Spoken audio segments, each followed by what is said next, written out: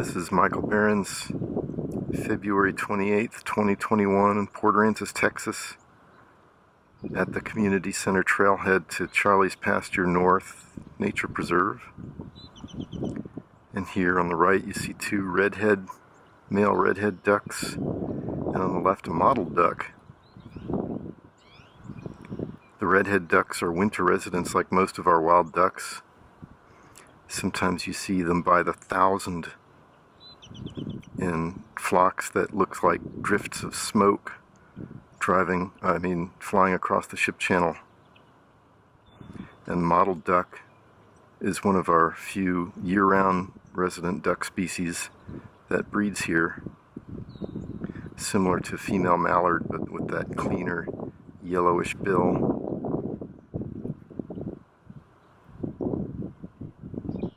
There's a couple American coots along the shore. Winter resident, and I think another redhead sleeping there in the vegetation. And behind them you see a dead Brazilian pepper tree killed by the recent freeze. An exotic invasive species, and it's really has the potential to change the landscape here in the nature preserve. All of these Brazilian pepper trees were killed by the freeze. We're all curious to see what the next year or two are like, and even longer.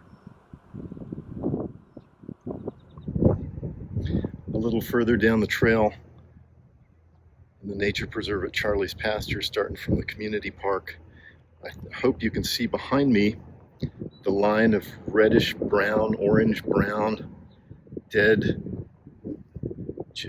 Brazilian pepper trees. And you can see in this section of the preserve really what an effect the freeze has had on this species, this exotic invasive species. And we're all curious to see what the ultimate effect will be. I'm not sure how well this will come out, but here's a distant white-tailed hawk. Oh, you could just see the white tail with the dark terminal band as it ruffled its feathers. This is my scope at maximum magnification. Oh, look at him go. That was cool.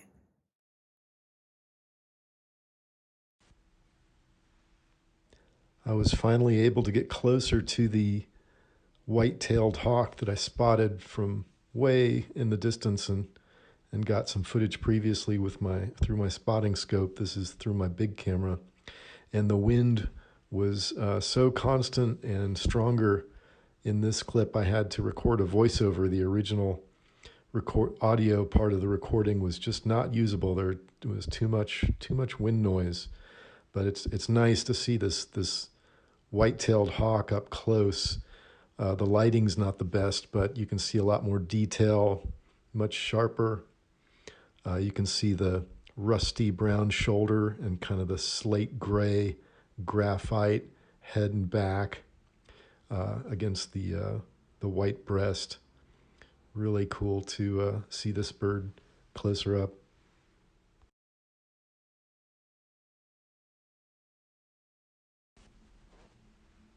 While I was watching the white-tailed hawk from closer, a smaller bird flew in and flew in low and kept on flying, but I saw where it perched and got my spotting scope pointed at it, and it turned out to be this Merlin.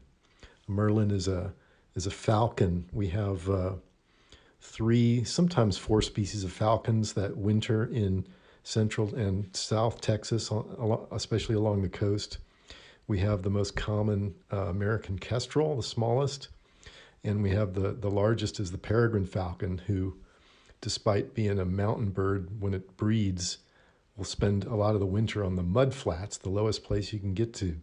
Well, this is the medium-sized falcon, the Merlin, and Merlins eat a combination of insects and other small birds. They're not as dramatically colored as the kestrel. They have a little bit of that mustache mark, that dark mark below the eye that kestrels and peregrine falcons have. I think that's an attribute, serves a similar function to like baseball and football players that have dark makeup or stickers under their eye to reduce glare. It's a it's an evolutionary trait that helps reduce glare and helps their vision in bright light. And it was a real treat. This was the only Merlin I saw on this trip down to Port Aransas, and even though it was distant and through heat waves, as you can see, it was still a real treat to see him.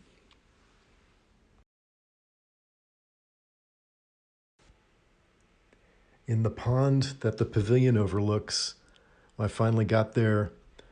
5 long-billed curlew flew in, and I got to watch them for a few minutes. Look at those amazing long bills and the cinnamon color. The only bird. Oh, and as I was watching them, then 3 white ibis showed up, and you could see the cinnamon brown below the wings of the curlew they disturbed as they came in. But what a great comparison. The white ibis, a slightly bulkier bird, also has a long curved bill, but not quite as long as the long-billed curlew. Look at how long that bill is on these curlews. Really amazing.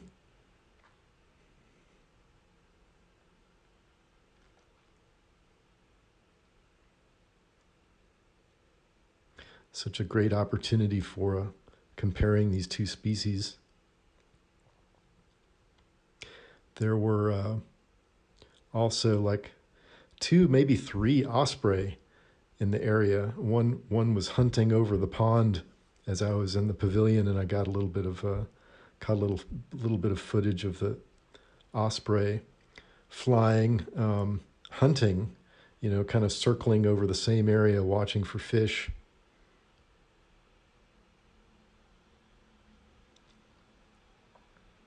And a few minutes later, I saw this one carrying a fish. I don't know if it was the same one, but it flew in over the mud flats, low over the mud flats. You can see it's got a fish in its talons.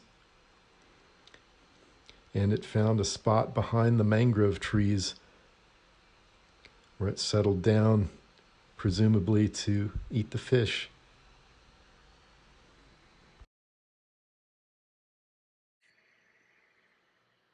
I was so happy when the family of whooping cranes showed up on the mud flats while I was still on the pavilion. Here they are, all 3 of them. They just walked behind some of the dead variety of plants out there, mostly black mangrove. And you can see a lot of there's like some darker brown plants and lighter brown. I think the darker brown is the black mangrove. It'll be interesting to see how that comes back since the winter storm. And it's amazing how these giant birds, as tall as people, can be out there in the mud flats, but just be hidden behind the black mangroves out there. And look at more effects of the winter storm. So many dead plants out there. And there's the chick with brown on its head, but it looks like it's getting some red in the face. The first year whooping crane on the left there. And to my knowledge, these cranes are not banded. They're not radio tagged or anything. And they found Port Aransas maybe 3 years ago. The parents started spending the winter here.